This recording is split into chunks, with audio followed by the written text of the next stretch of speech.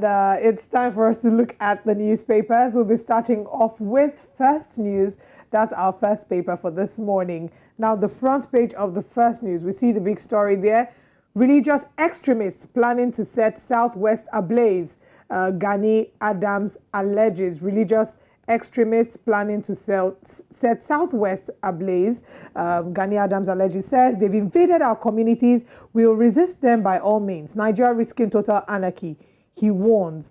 And I think this is very, very important conversation to have as we're looking at what happened in Sokoto, as well as what's happening even here in Lagos. Yes. As at yesterday, Twitter was trending, that Lekki was trending because of what happened. There was some form of disagreement. According to the reports, there was a disagreement with a young man, and after that, he was set ablaze. Yep. And they're asking, what would a man have done to have made you decide that you will beat him and set him ablaze? What horrible thing could he have done? I think it's just a complete disregard for the value of human life.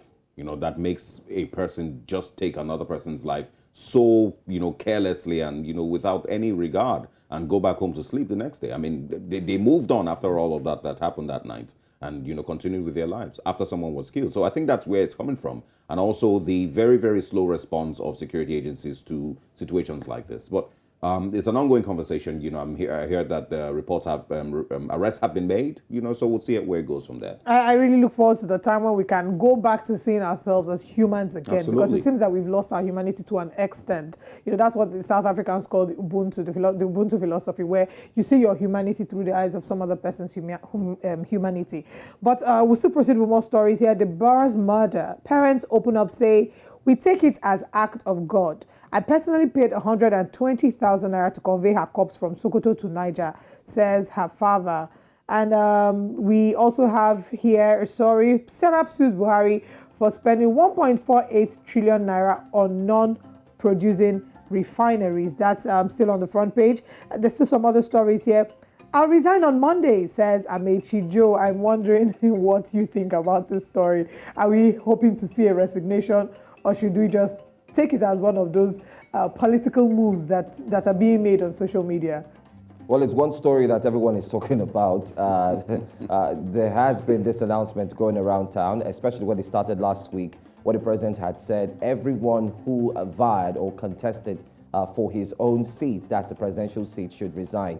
But Olive and Osaoge, after that statement was made, there was a lot of waiting that took place, especially from the quarters of power. People were expecting a lot of people to say, you know what, we resign immediately, but nobody has done that yet. However, some have even rescinded their interest. They decided to call back that decision of going in for the presidential seat. But you see, that's a very technical one, Joe, because I saw an article by Femi Falana SAN, and it was talking about the fact that you've already submitted your resignation. If you have to, you cannot withdraw your resignation. If you have to go back into your office, you have to go through due process with the president appointing you, the screening processes that you went through before becoming ministers or commissioners, as the case may be. So, it's just a lot of drama and back and forth, but we'll certainly see how that plays out.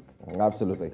All right, still on the front page of the First News, gunmen ambush policemen, kill cop, 4 persons and injure others. This is a really very scary one. Still talking about the state of insecurity in the country.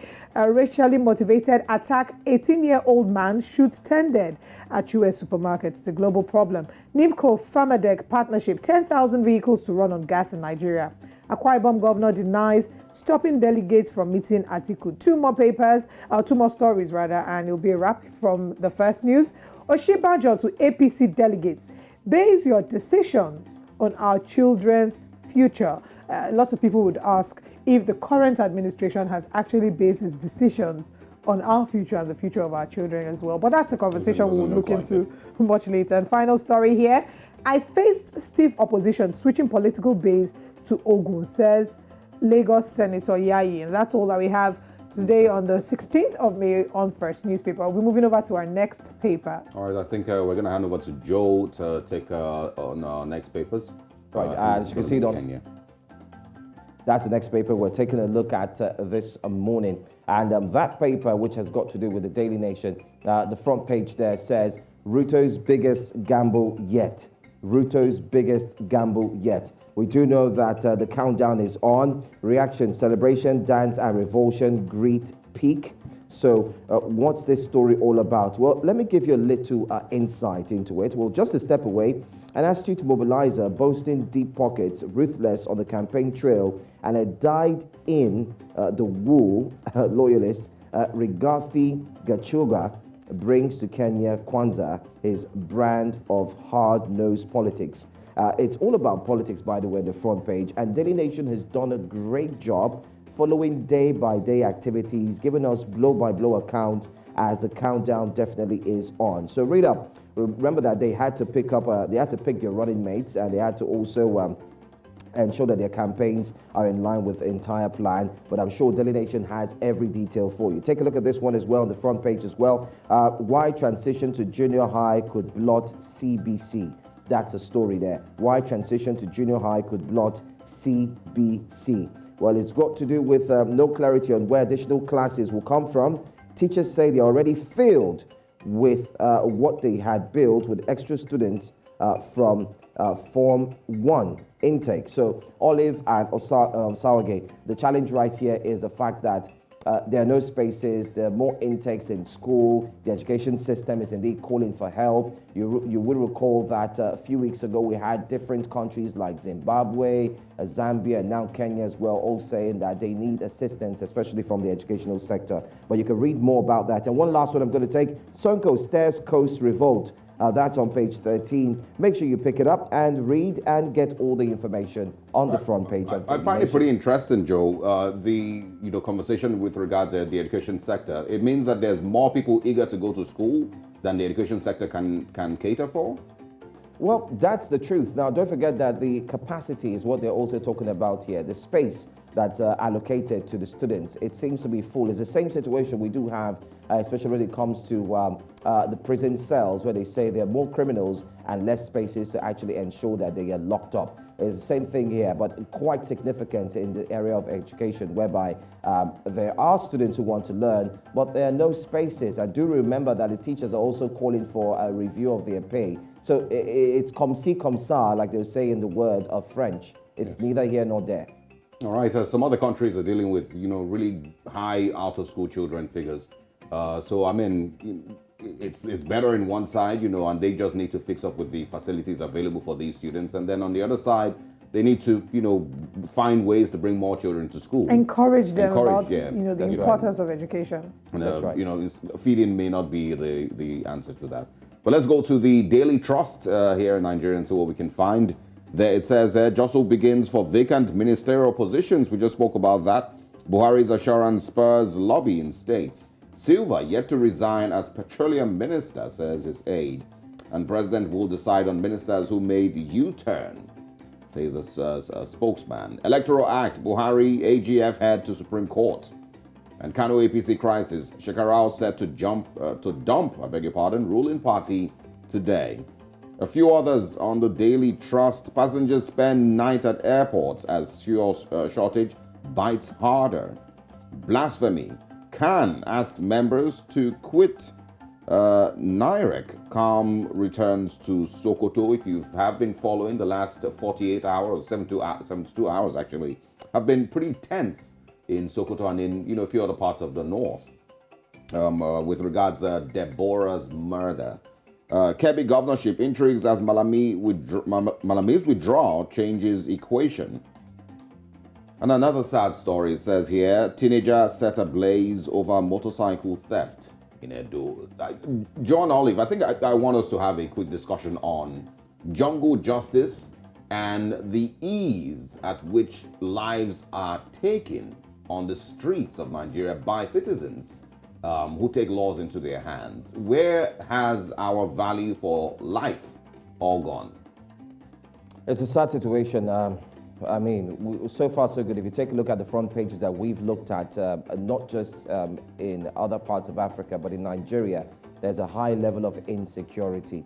And it's getting to that level where people are now pruned and are now, it's like the conscience is no longer biting hard. So everyone has less of a conscience, if you put it that way. Well, I mean, not everyone, but I mean a few people, a few persons We saw what happened in Sokoto. We're also seeing a same thing repeating itself here in Lagos. My question is, how dead is your conscience that it would lead you to carry out such a preposterous act without even thinking twice or three times to say, you know what, rather than lynch, let's just give this person to the police authority. After all, these guys were beaten to pulp. It was a sad story. I stumbled on it yesterday and I saw the trends and I was weak with what I saw. I couldn't even look at the video. I couldn't stand it. In fact, Joe, it's a conversation that has gone beyond conscience, because there are laws. When people commit a crime, they should be brought before a court of competent jurisdiction. There is a provision for the presumption of innocence. When you hear about the Constitution talking about Section 36 sub 5, it already provides for the presumption of innocence. Everybody has a right to fair hearing. They have a right to having their day in court. But what we're seeing, Joe, is even right from the days of the Alu 4 boys, we're seeing more and more people taking the law into their hands. One, because there's also a blatant disregard for law enforcement authorities. People have lost trust. There's a loss of trust between the law enforcement authorities and the citizens, because there's an assumption that if these people are taken behind bars, after a while they'll find their way out. All you just need to do is make a few influential phone calls and justice will not be meted. So they want to then mete out justice.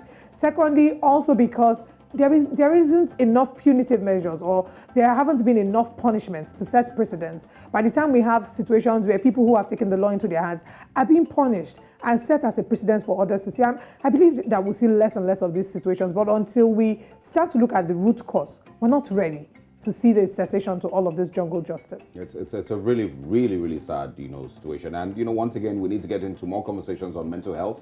A lot of Nigerians, need mental health assessment, because I do not imagine, what any other reason, why you can simply just set another person ablaze in the middle of the street and go about your business like nothing happened. That's definitely a mental health issue. But of course, those are the stories that we can share on the Daily Trust this morning. We hope that there are brighter stories on the next paper. All right, and our final paper for this morning, or for this first half, is the Daily Monitor. Now, on the front page of the Daily Monitor, big story here says, government to capture DNA on new national IDs. Interesting story here. We want to see how that plays out. We also see some stories here. Bush war generals among 34 in exit lounge. And on page 3, fake diapers on the market, experts warn. This is very, very a scary story, because I can't imagine what the impact of fake diapers or using fake diapers would be to these babies, these innocent babies who have nothing to do with the corruption that they are coming to meet. On page 4, we see media public barred from accessing Besigye home. And 2 more stories before we call it a wrap on the Daily Monitor. Panorama: could suspect in Kagezi killing be hiding in Europe? Okay, I said that to my French accent. Europe. If you want to find out the details of that, get yourself a copy of the Daily Monitor. And the final story, healthy living: how cerebral palsy affects each person differently, on page 18. I think that's important that we have conversations surrounding people living with disabilities. They are real. They have struggles, they have challenges, and there's not a lot of information about, different struggles. Like in this case, I like that this article is talking about how it affects different people differently, because there might just be an assumption that once you have cerebral palsy, this is how it should be, but different bodies react differently. Absolutely. And I like a quote that says, there's no such thing as disability, it's just you're differently abled. That's just really what it is. But that's all that we can take on the newspapers this morning. You are still tuned to Breakfast Central. In case you're just joining us, please remember to follow us on all social media platforms at News Central TV. Tweet at us, send us messages, do videos, post on news stories, and tag us as well. We would like to communicate with you and interact with you.